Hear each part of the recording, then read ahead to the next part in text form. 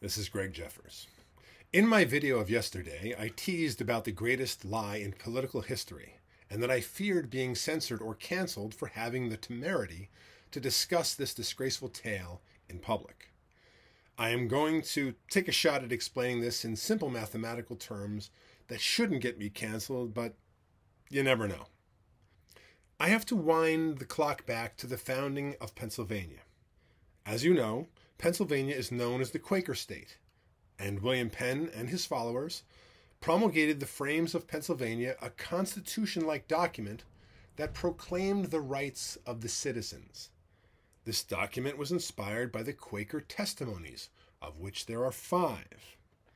The most important of these testimonies, as it applies here to government and political science, was their testimony of peace, or nonviolence. And this testimony of peace goes to the very heart of the Quaker philosophy and way of life. This was a very unique and new thing in Western civilization and jurisprudence and government and everything else that has to do with the organization of the state and how the state interacts with its citizens. Pennsylvania was ground zero for the ideas of individual liberty centered on the freedom of speech, religion, and the protection of private property. In a democracy, which is really mob rule, the majority could conceivably vote to hang you, vote to shut you up or seize your property. It was that sort of state-sponsored violence that the Quakers rejected out of hand, as they believed it was a sin, and not just a venial sin, but a mortal sin akin to murder. The only legitimate use of force was to protect this right, maintain the peace, and enforce valid contracts. This means, as a practical matter, that the government was prohibited from initiating the use of force or violence. That the government could only respond to, that is, to retaliate to force or violence in violation of the law. Let that sink in for a moment. That meant people couldn't be canceled, censored, or have their property seized. In other words, people were free to speak, practice their religion, and be secure in their homes, property, and personal effects for the first time in history. I hope this is starting to sound familiar. These ideas spread like wildfire throughout the colonies, and not just these ideas, but the religion of the people who came up with these ideas. It also spread like wildfire.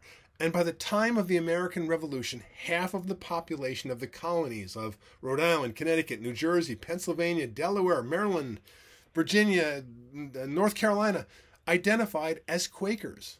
What started as a minor protest movement against the Anglican Church in the mid-1600s exploded into a juggernaut in North America. The shaving cream was out of the can. Once people experience liberty, they cannot go back.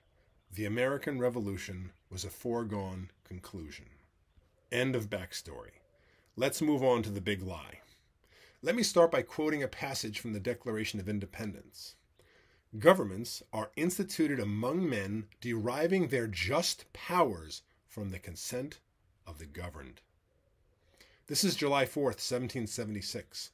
Over the next 8 years, thousands of American men would kill and be killed, wound and be wounded, to secure their right to a government with the consent of the governed.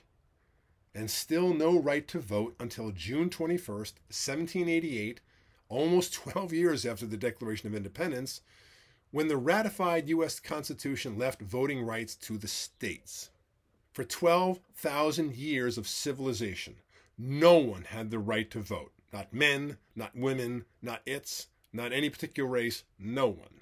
In 1788, land-owning men, including land-owning black men, gained the right to vote in the United States, and only in the United States.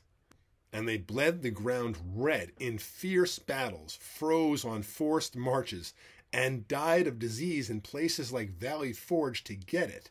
No one gave it to them. They took it by force. I'm going to pass over the American Civil War for now. I'll cover that in a future video, and skip to February 3rd, 1870, when the 15th Amendment to the Constitution was ratified, stipulating that all men, irrespective of their race or land-owning status, enjoyed the right to vote. And again, let's skip to August 18th, 1920, when men agreed that all women should also enjoy the right to vote. So here comes the great lie. Women did not fight for the right to vote. Women received the franchise without a single shot being fired. No woman died on any battlefield with their guts shot out, their legs or arms blown off, or having a British soldier stab them to death with a serrated bayonet. And all of the heroes of the women's and suffrage movements were media creations, not much different than Ruth Bader Ginsburg. Universal suffrage was the result of the Industrial Revolution, in which women came to economic power because of their participation in the labor force that could only happen after the invention of the flush toilet and clean and chlorinated water. So let me reiterate. Feminists make a great deal of noise about this, but any critical thinking works out something like this. Men did not have universal suffrage for 98% of the history of civilization. Women did not have universal suffrage for 99.2% of the history of civilization. In exchange for that 1.2% time privilege, men died painful and violent deaths, or by disease, or suffered mind-bending mutilations in the agony of field amputations without the benefit of anesthesia, and then handed the franchise that the men fought and died over to their women within a relatively short period of time without a shot being fired. And their women repaid this kindness, fellowship, and sacrifice of their men by denouncing the men as chauvinists. This is the great lie. The greatest lie, and there have been a bunch of really big lies in American history, but this was numero uno.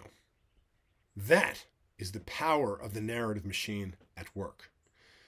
This is one of the reasons that the cabal running the media, academia, and the federal government are doing everything in their power to destroy the only other institution that can stand up to them: the people of good faith gathered in their local churches, synagogues, and meeting houses.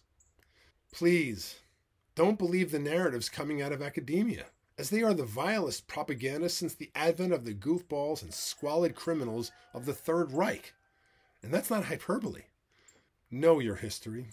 Know who your people are and what they've done. We are the descendants of the greatest people who ever lived. Well, that's it for me. Thank you. I'm Greg Jeffers for the American Quaker Friends Church.